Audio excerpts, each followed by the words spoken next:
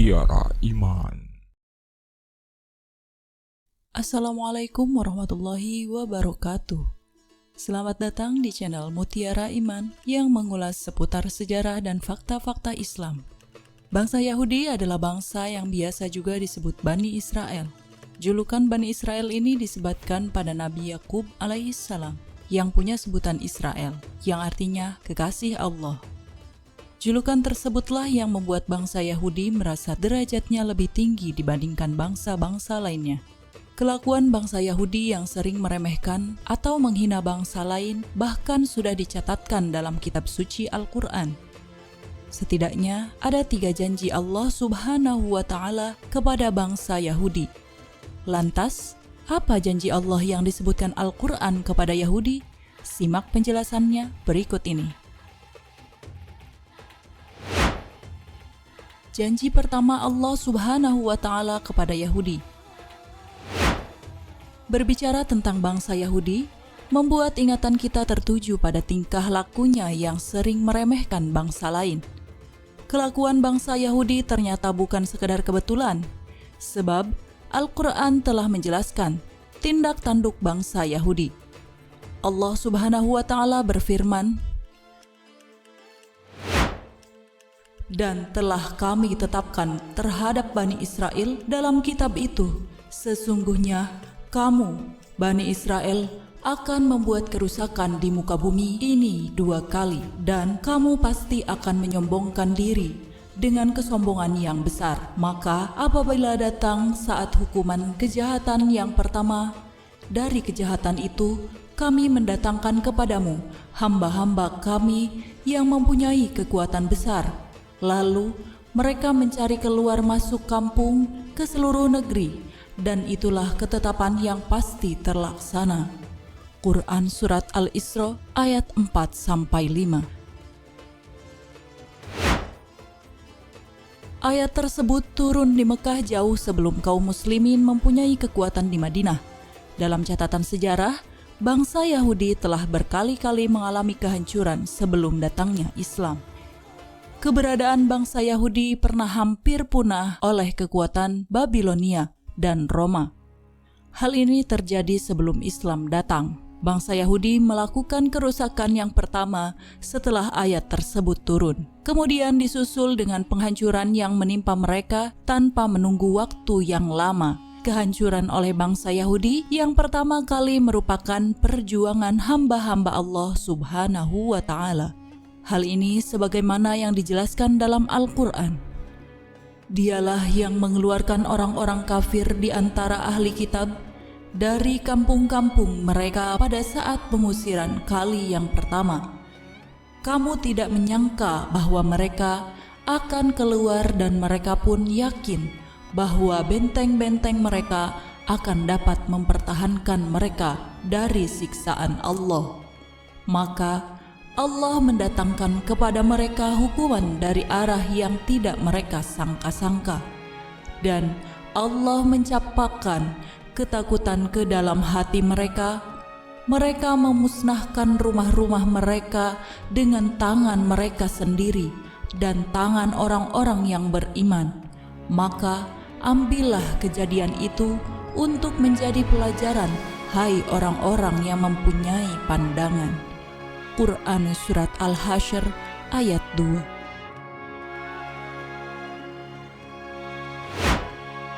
Pengusiran dan kehancuran bangsa Yahudi yang pertama kali mengakibatkan koloni-koloni mereka tersebar ke penjuru negeri. Janji kedua Allah Subhanahu wa Ta'ala kepada Yahudi tidak bisa dibantah bahwa kesombongan dan kerusakan yang lebih besar lagi kembali diulangi bangsa Yahudi. Hal ini sebagaimana firman Allah Subhanahu wa Ta'ala di dalam Al-Quran.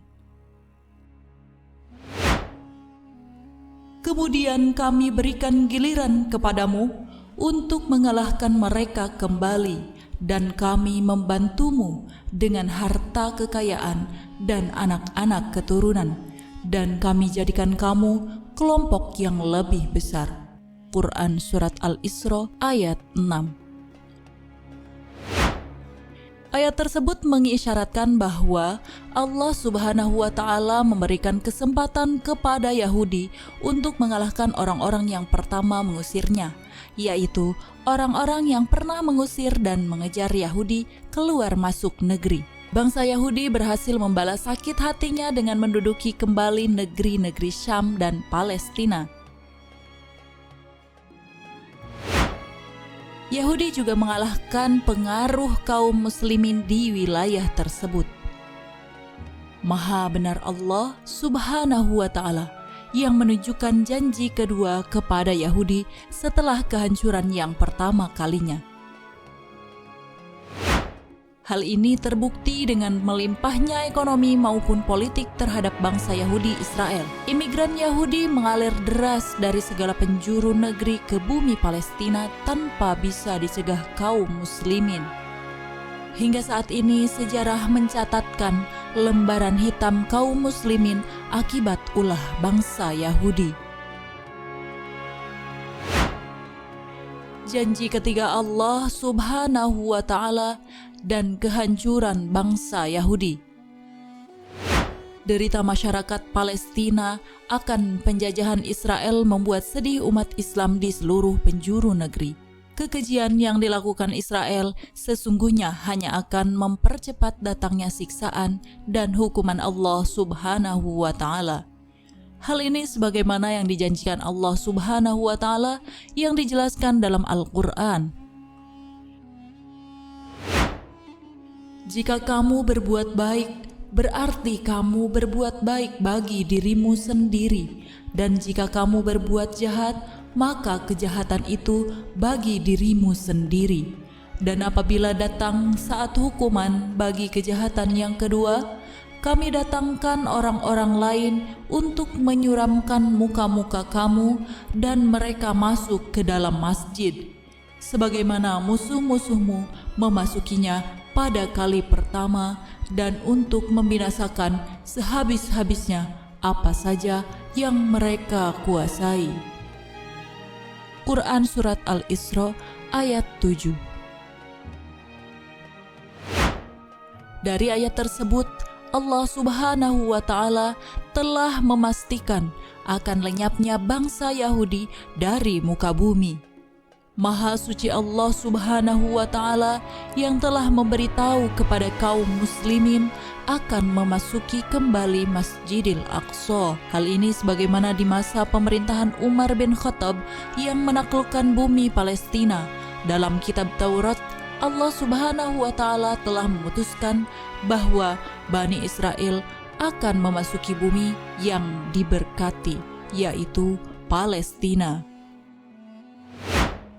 Bahkan di sana mereka akan mendirikan pemerintahan, tetapi kemudian mereka membuat kerusakan besar sehingga menyebabkan Allah menghukum mereka dengan cara mengirim hamba-hambanya yang tangguh.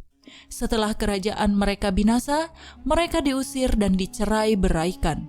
Hal ini sebagaimana dalam firman Allah Subhanahu wa Ta'ala. Hai kaumku, masuklah ke tanah suci Palestina yang telah ditentukan Allah bagimu, dan janganlah kamu lari ke belakang karena takut kepada musuh, maka kamu menjadi orang-orang yang merugi. Quran Surat Al-Ma'idah ayat 21.